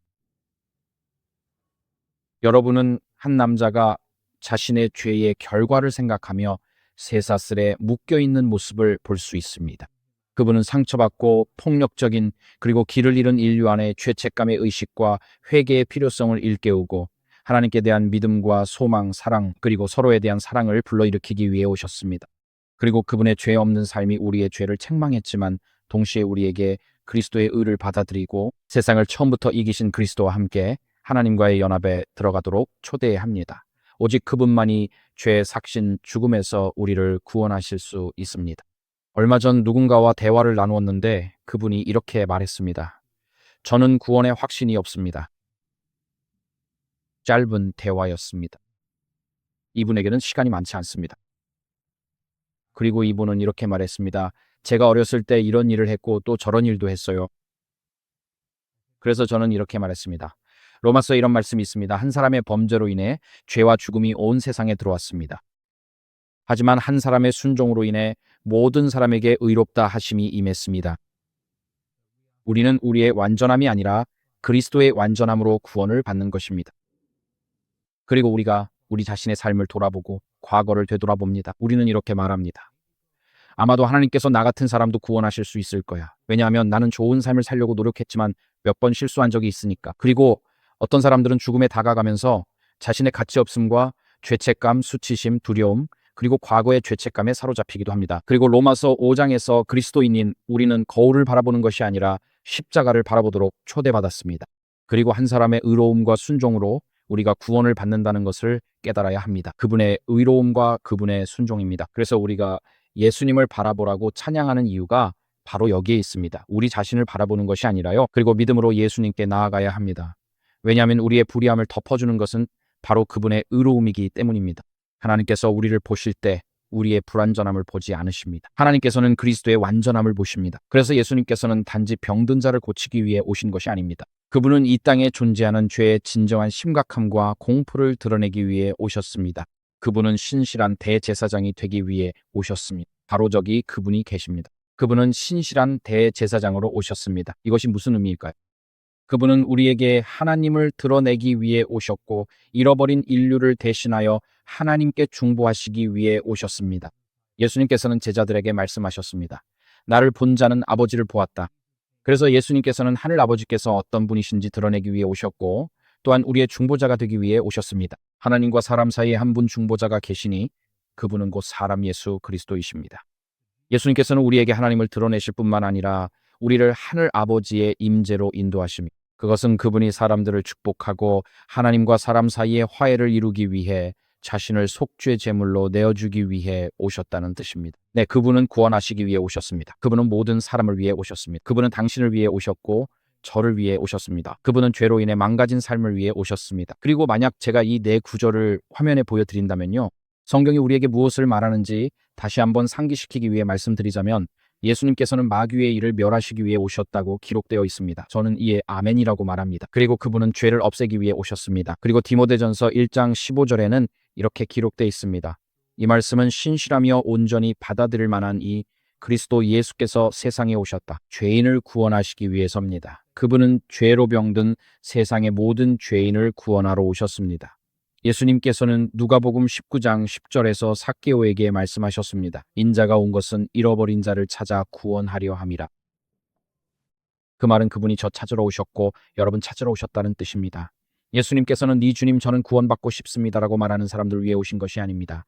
그분은 철도다리 밑사람 찾으러 오셨습니다. 그분은 빈민가에서도 사람을 찾으러 오셨습니다. 그분은 집에 홀로 고립된 사람도 찾으러 오셨습니다. 겉으로 보기에는 멋진 집이라고 모두들 생각하지만 현관문 너머에는 엉망이 된 삶이 있습니다. 예수님께서는 잃어버린 자를 찾고 구원하시기 위해 오셨습니다. 저는 그 사실에 주님을 찬양합니다. 그분은 저를 찾으시고 여러분을 찾으십니다. 죄의 영향이든 이 정신 건강 위기와 그로 인해 우리 사회에 일어나는 모든 일이든 상관없이 말입니다. 그분은 이 위기에 대해 잘 알고 계십니다. 그분은 위기에 휘말린 사람들이 누구인지도 아시지만 여전히 위기 속길 잃은 이들을 구원하러 오십니다. 본문은 말합니다. 요한복음 3장 17절, 요한복음 3장 16절에 익숙하지만 17절에는 이렇게 나와 있습니다. 하나님께서 그 아들을 세상에 보내신 것은 세상을 정죄하려 하심이 아니라 그로 말미암아 세상이 구원을 받게 하려 하심이라. 예수님께서 오신 모든 이유는 우리의 구원을 위해서였습니다. 비난하거나 실수 지적하려던 게 아니었습니다. 더 잘하겠다고 말씀하시려던 것도 아니었습니다. 아니요, 그분은 잃어버린 자를 찾고 구원하기 위해 오셨습니다. 하나님께서 그 아들을 세상에 보내신 것은 봐라, 네가 얼마나 잘못했는지라고 아니었습니다. 아니요, 하나님께서 그 아들을 세상에 보내신 것은 우리가 그를 통해 구원하기 위함이었습니다. 저는 제 아이들을 키우기 시작하기 전까지는 이것이 어떻게 작동하는지 정말 이해하지 못했습니다. 그리고 여러분이 직접 아이를 키우게 되면 예를 들어 그 아이가 월요일에 실수를 했다고 해서 그 아이를 이베이에 내다 파는 건 아니잖아요. 화요일에도 그 아이를 계속 데리고 있습니다. 왜일까요? 왜냐하면 화요일이 월요일보다 더 나을 거라고 희망하고 믿기 때문입니다. 부모의 마음에는 희망이 영원히 샘솟기 때문입니다. 그래서 하나님께서 자신의 아들을 모든 문제로 가득한 죄로 병든 세상, 그리고 2025년에 죄로 병든 미국에 보내시는 이유를 이해하게 됩니다. 하나님께는 생명이 있는 곳에 희망이 있기 때문에 여전히 자신의 아들을 이 세상에 보내시는 것입니다. 그는 우리가 죄와 타락, 방탕, 절망 속에 얼마나 깊이 빠졌든 상관없이 우리를 다시 자신에게로 되돌리기 위해 아들을 보내셨습니다. 성경에서 우리는 그분이 단지 약한 자와 병든 자를 고치기 위해 오신 것만이 아님을 또한 볼 수 있습니다. 그분은 단지 무리를 불쌍히 여기기 위해 오신 것만이 아닙니다. 그분은 우리가 타락한 모습과 인생에서 겪는 모든 고통과 어려움에 동참하기 위해 오신 것만이 아닙니다. 그분은 단지 신실한 대제사장이 되어 우리에게 하나님을 드러내고 우리를 대신해 하나님께 중보하시기 위해 오신 것만이 아닙니다. 그분은 또한 우리를 위해 죽으러 오셨습니다. 그분의 죽음은 죄를 위한 희생이었습니다. 그것은 단지 일반적으로 죄를 위한 희생만이 아니었습니다. 그것은 나의 죄를 위한 희생이었고 또한 당신의 죄를 위한 희생이었습니다. 내가 지금까지 저질렀던 모든 죄, 갈보리에서 드려진 그 피의 희생은 바로 그것을 덮고 나에게 은혜를 주기 위해 마련된 것이었습니다. 본문은 매우 분명합니다. 세례 요한이 예수님에 대해 말했습니다. 그는 말합니다. 보라, 세상 죄를 지고 가는 하나님의 어린 양이로다. 아름다운 약속이죠. 그렇지 않습니까? 그분이 생각만 해보시겠다고 하신 것이 아닙니다. 그분이 95%만 없애시겠다고 하신 것도 아닙니다. 그분은 세상의 모든 죄를 없애신다고 하셨습니다. 그것이 바로 그분의 죽음이 할 수 있는 일입니다. 그분은 세상의 죄를 없애기 위해 오셨습니다. 바울은 그리스도의 죽음을 희생적인 것으로 말했습니다. 그는 고린도전서 5장 7절에서 말합니다. 우리의 유월절 어린 양이신 그리스도께서 희생되셨다. 그리고 유월절 어린 양이 희생되었습니다.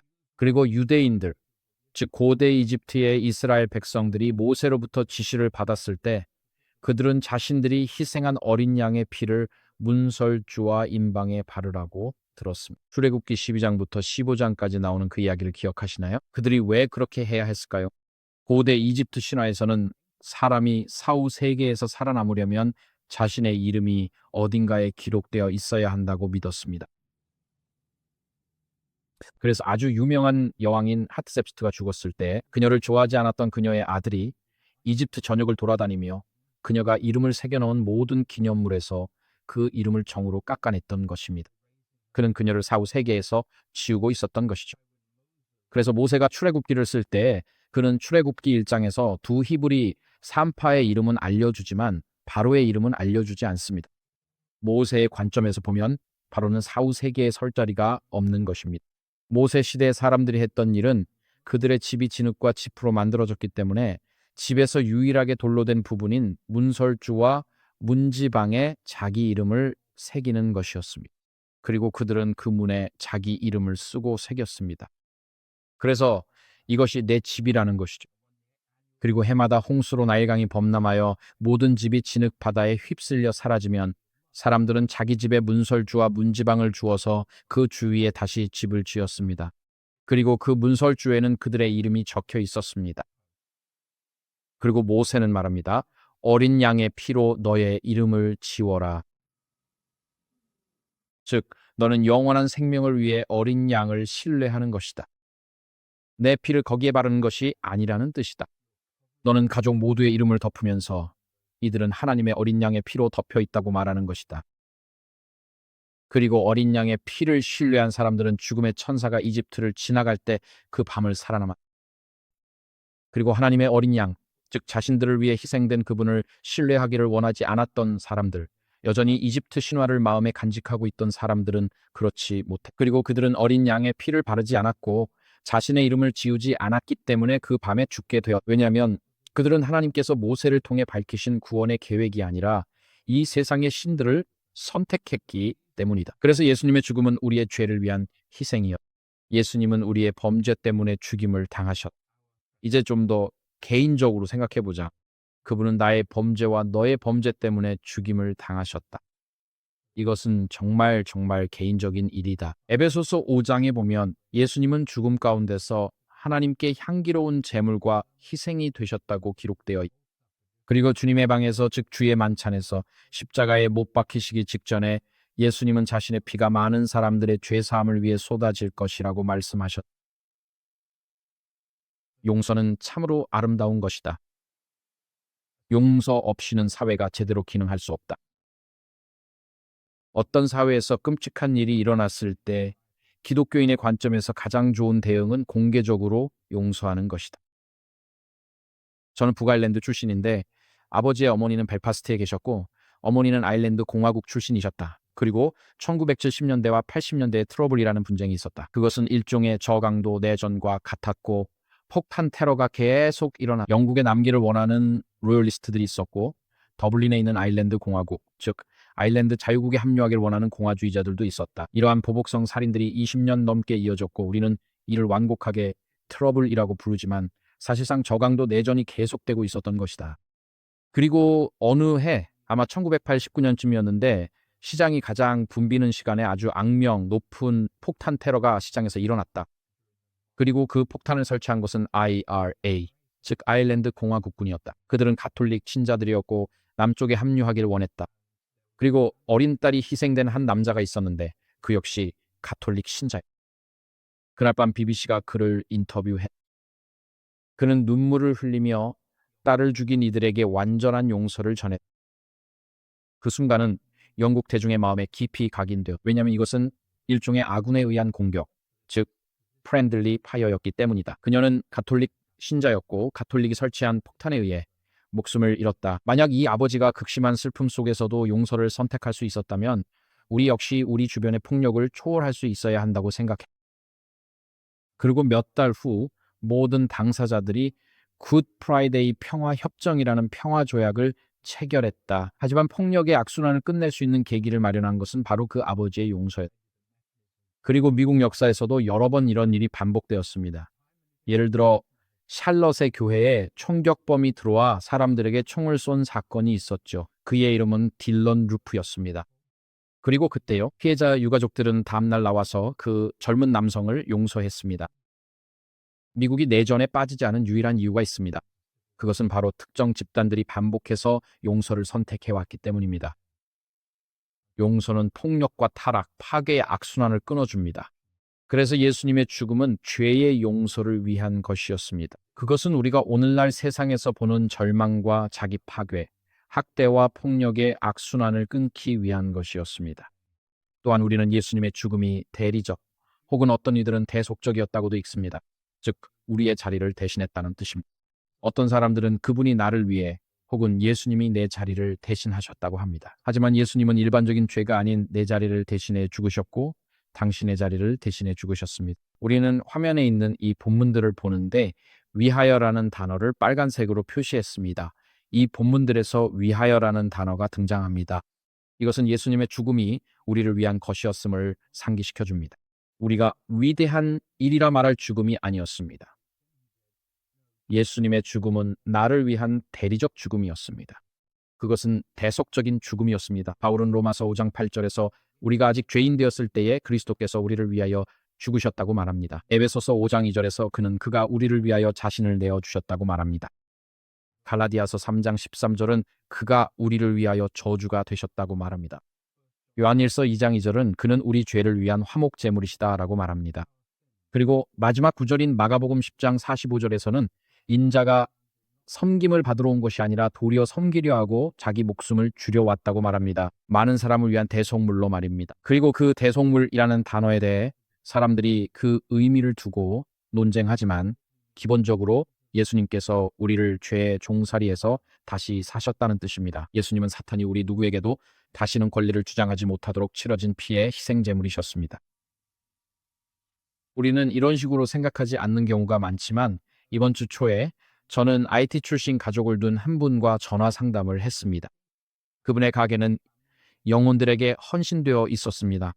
증조 부모님은 심하게 주술에 관여하셨다고 합니다.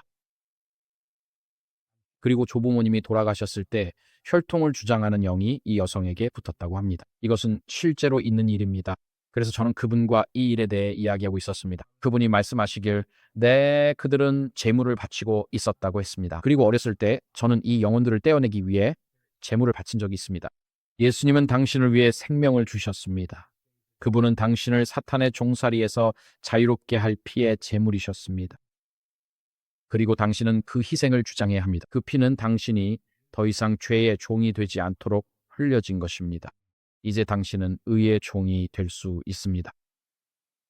그러니 그분의 죽음은 단순히 대속적인 것만이 아니라 속죄의 죽음이었습니다. 저기 위에 몇 구절이 있습니다. 속죄란 화해를 의미합니다. 무언가가 다시 하나가 되게 하는 것, 즉 분리가 있었던 것을 다시 하나로 만드는 것입니다. 관계에 균열이 있었던 것이죠. 그리고 이제 화해가 이루어진 것입니다.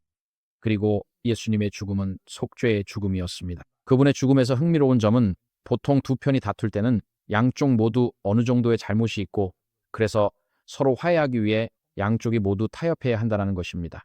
하지만 예수님은 우리의 죄에 대해 무죄하셨고 그분의 죽음은 죄 있는 자가 하나님과 올바른 관계로 회복될 수 있도록 속죄의 죽음이었습니다.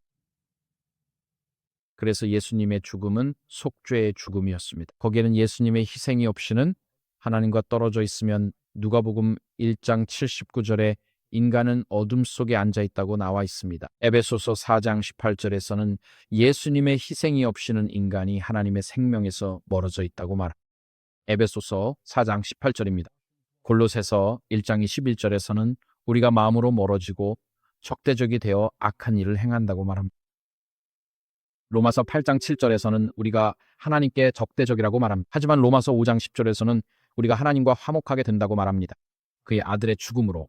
그리고 베드로전서 2장 14절에서 그가 친히 나무에 달려 자기 몸으로 우리의 죄를 담당하셨다고 말합니다. 그래서 그의 죽음은 대속적이었고 그의 죽음은 속죄였으며 그의 죽음은 우리의 죄에 대한 형벌을 치르기 위한 것이었습니다. 그리고 이 모든 것을 요약하면 요한복음 3장 16절 저기 위에 있는 그 구절로 정리할 수 있습니다. 그리고 여러분께 권면하고 싶습니다. 만약 병원에 입원해 임종을 앞둔 분이나 호스피스에서 임종을 맞이하는 분을 방문하게 된다면 그분의 성경을 한번 살펴보세요. 그리고 무엇을 읽어야 할지 잘 모르겠다면 밑줄이 그어져 있는 부분을 찾아보세요. 왜냐하면 그 부분이 바로 그 사람에게 가장 의미 있는 구절이기 때문입니다. 사람들은 성경을 훑어보면서 밑줄이 그어진 부분을 찾습니다. 왜냐하면 그 부분이 바로 성령께서 그들의 과거와 삶 속에서 말씀하신 부분이기 때문입니다. 하지만 여기 이 구절, 요한복음 3장 16절은 제가 임종을 앞둔 많은 분들 곁에서 읽어드렸던 말씀입니다. 하나님께서 세상을 이처럼 사랑하셨을 뿐만 아니라 예를 들어 짐이라는 한 사람도 사랑하셨다는 것입니다. 하나님께서 그의 독생자를 주셨으니 지미가 그를 믿으면 지미는 멸망하지 않을 것입니다. 오히려 지미는 영생을 얻게 될 것입니다. 정말 아름다운 약속입니다. 로마서 5장 8절은 하나님께서 우리를 사랑하신다는 것을 증명하셨다고 말합니다. 우리가 아직 죄인 되었을 때 그리스도께서 우리를 위해 죽으셨다는 것입니다. 우리가 여전히 죄로 병든 행성이었을 때 우리가 여전히 타락하고 우울하고 불안하며 폭력적인 나라였을 때에도 그리스도께서는 우리나라의 모든 시민을 위해 죽으셨습니다. 그분은 저를 위해 죽으셨습니다. 그분은 당신을 위해 죽으셨습니다. 그분은 안식일의 교회에 앉아있는 그리스도인들을 위해 죽으셨습니다. 그분은 오늘 밤 포틀랜드에서 시위하는 안티파 시위자들을 위해서도 죽으셨습니다. 그분은 이성애자를 위해서도 트랜스젠더와 동성애자를 위해서도 죽으셨습니다. 그분은 좋은 집에 사는 사람들을 위해서도 죽으셨고 노숙자들을 위해서도 죽으셨습니다. 그분은 좋은 직업을 가지고 이름 뒤에 학위를 단 사람들을 위해서도 죽으셨고 무료 급식소에서 끼니를 이어가는 사람들을 위해서도 죽으셨습니다. 그리스도께서 우리 각자를 위해 하신 일은 정말 놀라운 일입니다. 그러니 우리는 결코 그리스도께서 나를 위해 죽으셨지만 너는 너무 멀리 나가서 그분이 너를 위해 죽으실 리가 없다고 말해서는 안 됩니다. 우리는 이 깨어진 세상에서 그분의 대사입니다. 누구도 우리가 우리의 선함 때문에 구원받았고 하나님의 선하심에 대해 우리에게 우선권이 있다고 생각해서는 안 됩니다. 사회가 우리나라의 버림받은 자들이라고 말하는 이들보다 우리가 더 낫다고 생각해서도 안 됩니다. 그리스도의 죽음은 사랑에 근거한 것이었습니다. 잃어버린 인류를 위한 것이었습니다. 그리고 오늘날 우리 주변의 세상을 보면 정말로 우리는 깨어짐을 봅니다. 하지만 우리가 갈보리를 바라볼 때 우리를 결코 놓지 않는 사랑을 보게 됩니다. 자기 희생적인 사랑입니다. 영혼에서 영혼까지 이어지는 사랑입니다. 죄인을 성도로 변화시키는 사랑입니다. 상한 마음을 싸매주기 위해 찾아오는 사랑입니다. 분쟁을 샬롬으로 바꾸기 위한 사랑입니다. 소외를 하늘 아버지와의 화해로 바꾸기 위한 사랑입니다. 절망을 희망으로 바꾸기 위한 사랑입니다. 영원한 죽음을 영원한 생명으로 바꾸기 위한 사랑입니다. 그분의 죽음은 인류 역사상 가장 중요한 사건이었습니다. 저와 당신 그리고 우리의 이웃을 위한 것이었습니다. 그것은 오늘날 우리나라의 모든 공화당원, 민주당원 그리고 활동가들을 위한 것이었습니다. 그분은 재림교인들만의 분이 아닙니다. 그분은 장로교인들만의 분이 아닙니다. 그분은 가톨릭 신자들만의 분이 아닙니다. 예수님은 모든 사람을 위해 오셨습니다. 그리고 우리가 다른 이들에게 하는 사역, 예수님이 누구신지에 대한 우리의 소개는 네가 나처럼 되면 예수님이 너를 사랑하실지도 몰라가 되어서는 안 됩니다. 예수님은 지금 있는 그대로의 당신을 사랑하십니다. 그리고 이것이 그분이 제게 해주신 일입니다. 그리고 그분은 여러분에게도 놀라운 일을 해주실 수 있습니다. 그렇다면 무엇을 말할 수 있을까요? 저는 라일 시의 이 인용문을 좋아합니다. 롤링스입니다. 이 인용문을 알 겁니다. 이것은 예수님에 관한 것입니다. 이 인용문에는 이렇게 나와 있습니다. 역사상 가장 위대한 인물인 예수님은 종이 없었지만 사람들은 그분을 주인이라 불렀습니다. 학위가 없었지만 사람들은 그분을 선생님이라 불렀습니다. 약이 없었지만 사람들은 그분을 치유자라 불렀죠. 군대가 없었지만 왕들은 그분을 두려워했죠. 전투에서 이긴 적 없었지만 그분은 세상을 정복했죠. 성에 살지 않았지만 사람들은 그분을 주님이라 불렀습니다. 나라를 다스린 적이 없었지만 사람들은 그분을 왕이라 부릅니다. 죄를 저지르지 않았지만 사람들은 그분을 십자가에 못 박았습니다. 무덤에 묻혔지만 그분은 오늘도 살아계십니다. 정말 아름다운 인용문입니다.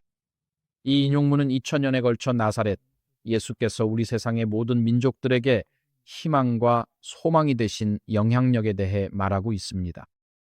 네, 우리는 깨어진 세상에 살고 있지만 예수님만이 이 망가진 지구의 유일한 해답이십니다. 마무리하면서 말씀드리고 싶은데요. 2007년에 제가 미국에 왔을 때 어떤 일로 인해 굉장히 화가 나 있었습니다. 그리고 만약 그 분노를 긍정적이고 영적인 방법으로 다루지 않으면 결국 우울증에 빠지게 됩니다.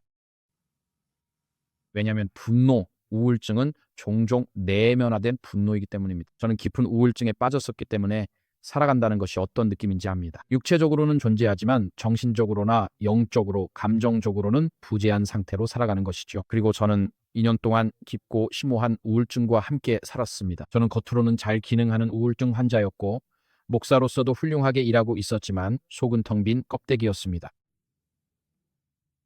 아침에 일어나기 싫은 기분 저는 잘 압니다. 미네소타 하늘 아래 운전하며 별을 보며 내가 왜 여기 있을까 궁금해했던 적도요. 사랑하는 가족이 있는 집에 돌아와서도 몸은 함께 있지만 마음은 부재한 상태가 어떤 것인지도 압니다. 저 역시 우울증과의 싸움을 겪었습니다. 있잖아요. 우울증이 있다고 해서 자신이 도덕적으로 나쁘다고 생각하지 마세요. 우울증은 우리 누구에게나 영향을 줄 수 있습니다. 누군가 폐암에 걸리면 우리는 정말 안타깝다고 말하죠. 함께 힘을 모으자고 합니다. 그런데 누군가 우울증에 걸리면 우리는 그 사람을 마치 도덕적으로 문제가 있는 사람처럼 대합니다. 그건 정당하지 않습니다. 그리고 저는 이 우울증 한가운데서 깨달았습니다. 제 아내가 의사에게 가서 뭐라고 하는지 들어보는 게 어때? 라고 말했죠. 하지만 저는 고집이 세서 난 의사한테 안 갈 거야 라고 했습니다. 의사는 그냥 약만 줄 테니까요. 그러자 아내가 그럼 이른 아침에 산책을 해보자고 했습니다. 그래, 그거 좋겠다 싶었어요. 그래서 이른 아침 산책을 하자고 했죠. 하지만 2년 동안 그 우울증은 사라지지 않았습니다. 우울증은 처음에는 미워하게 되지만 점점 자신을 이루는 일부가 되고 결국에는 다른 사람들에게 자신의 부족한 행동을 정당화하는 데 사용하게 됩니다. 그것이 곧 자신이 되어버리고 이 병이 삶을 지배하기 시작합니다. 그리고 시간이 지나면 우울증이 있다는 이유로 가장 가까운 사람들에게 못되게 대하는 것도 정당화하게 되고 그것이 변명거리가 됩니다. 또한 그것은 감정적인 지팡이처럼 의지하게 되죠. 그래서 저주로 시작된 것이 결국 미워하면서도 곁에 두는 친구 같은 존재가 됩니다. 이런 상태가 2년 동안 계속됐습니다. 복음에 대해 설교하는 제 자신이 한편으론 깊은 우울증에 시달리고 있다는 사실을 느꼈습니다. 그래서 결국 이 일이 2년이나 계속된 끝에 처음부터 했어야 했던 일을 하게 되었습니다. 저는 이렇게 말했습니다. 주님, 저를 치유해 주세요. 처음에는 제가 스스로 치유할 수 있다고 생각했거든요. 우리 모두는 스스로 치유할 수 있다고 생각합니다. 그러다 결국 우리가 할 수 없다는 걸 깨닫게 되죠. 그래서 저는 시편을 읽기 시작했습니다. 매일 아침 한 구절씩 설교를 준비하기 위해서가 아니라 하나님께서 저를 치유해 주시길 바랐기 때문입니다. 저는 하나님께서 제게 말씀해 주시길 원했습니다. 저는 하나님께서 저를 개인적으로 사랑하신다는 것을 알 필요가 있었습니다. 저는 우주의 창조주께서 아침 6시에 제 서재로 찾아오셔서 말씀해 주시는 것을 들어야만 했습니다. 저는 하나님께서 저를 아신다는 것을 알아야 했습니다. 그래서 저는 약 1년 반 동안 그렇게 했습니다. 시편을 하루에 한 구절씩 읽어 나갔습니다. 그리고 미네소타에서는 눈이 많이 오는데 그 눈은 10월부터 5월까지 계속됩니다. 그리고 눈이 그러니까 해가 나타나는 시기가 대략 3월쯤인데 눈이 있을 때 해가 눈을 녹이기 시작합니다. 하지만 눈은 위에서부터 녹지 않습니다. 눈은 아래에서부터 녹기 시작합니다. 만약 눈의 단면을 본 적이 있다면 해가 비칠 때 눈의 윗부분은 깨끗하고 맑다는 것을 알 수 있습니다. 윗부분은 바삭하지만 더미의 아래쪽은 일종의 진흙처럼 변해서 눈이 아래에서부터 녹고 있습니다. 그리고 매일 창밖에 눈을 보면 아무런 변화가 없는 것처럼 보입니다. 하지만 일주일 단위로 보면 그 차이를 알 수 있습니다. 거실 창밖에 쌓여있던 눈더미가 원래는 5피트였는데 이제는 4피트 반 정도로 줄어든 것을 알게 됩니다. 그러다가 4피트, 3피트 반, 그리고 3피트로 점점 줄어듭니다. 그리고 매일 태양이 그 눈을 비출 때마다 눈이 천천히 사라지는 것을 알게 됩니다. 어느 날 아침에 일어나 보면 눈이 다 사라지고 갈색 진흙만 보입니다. 몇 주 후면 초록 잔디가 자랄 거라는 걸 알지만 지금은 진흙밖에 보이지 않습니다. 그리고 태양이 눈을 아주 천천히 녹이고 있었다는 걸 깨닫게 됩니다. 사실 그게 바로 제게 일어난 일이었습니다. 그리고 의로움의 태양이 치유의 날개를 펴고 떠오를 때 저는 매일 아침 그분의 말씀 중 하나로 제 영혼을 씻었습니다.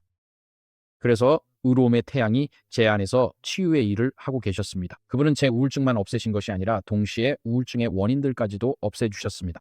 그 과정에는 용서가 포함되어 있었습니다. 그리고 남자가 용서를 베풀기로 결심하는 것은 정말 어려운 일입니다. 하지만 저는 결국 용서의 단계에 이르게 되었습니다. 그 용서의 순간에 이르렀을 때 진정한 치유가 본격적으로 시작되었습니다. 어느 날 아침에 일어났더니 우울감이 사라져 있었습니다. 잠깐만 어디로 간 거지? 하고 생각했습니다.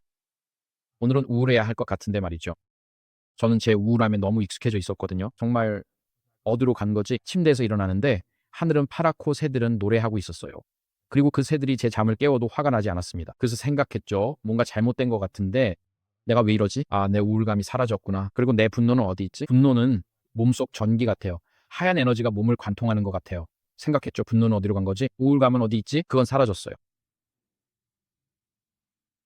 그리고 이제 분노도 사라졌어요. 우울감도 사라졌어요.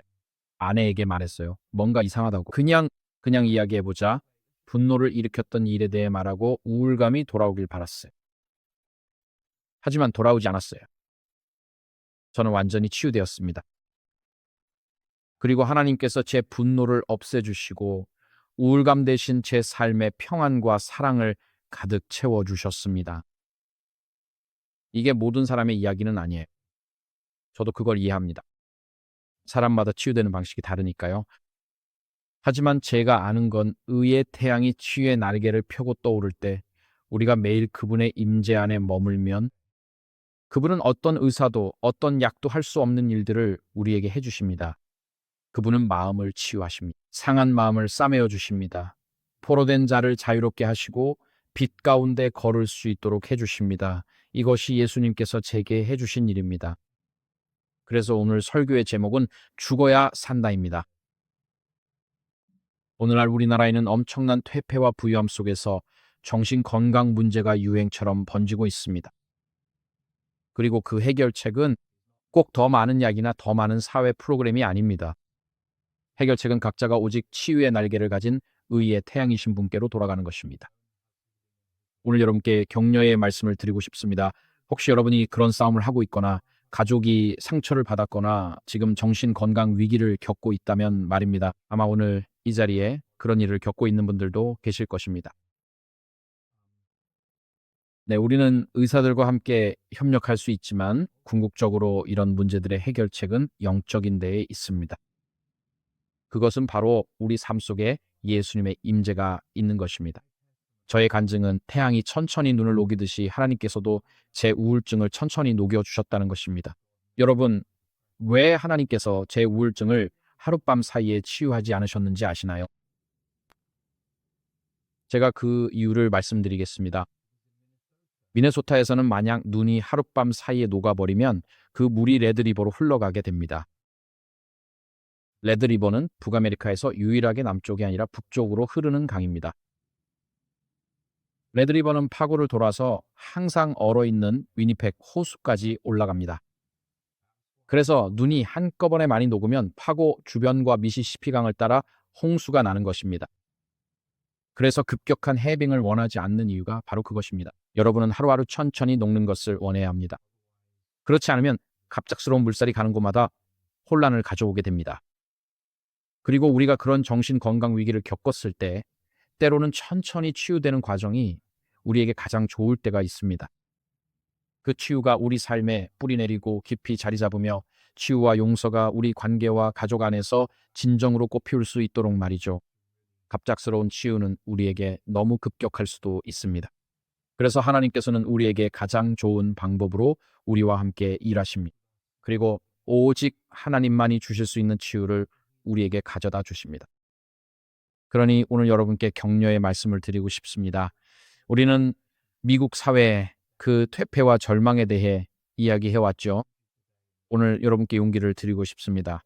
저에게도 문제가 있고 그 문제의 해답은 바로 여기에 있습니다. 믿음으로 주님과 구세주를 바라보면 해답을 찾습니다.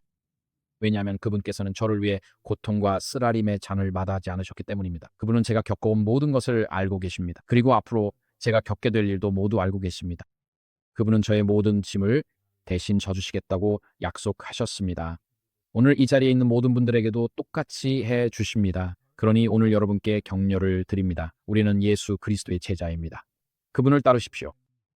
그분께 배우고 매일 아침 그분의 가르침을 읽으며 의로우신 해가 치유의 광선으로 떠오르게 하십시오. 우리의 삶 속에서, 우리의 마음 속에서, 우리의 가정에서, 우리의 교회에서 말입니다. 그리고 그 빛이 우리로부터 퍼져나가면 더 넓은 사회로도 퍼져나갈 것입니다. 우리가 말하고 행하는 모든 일에 예수님께서 영광 받으시고 우리의 삶의 왕이시며 마음의 주인이 되시기를 바랍니다. 이것이 오늘 제가 그분의 이름으로 드리는 기도입니다. 아멘.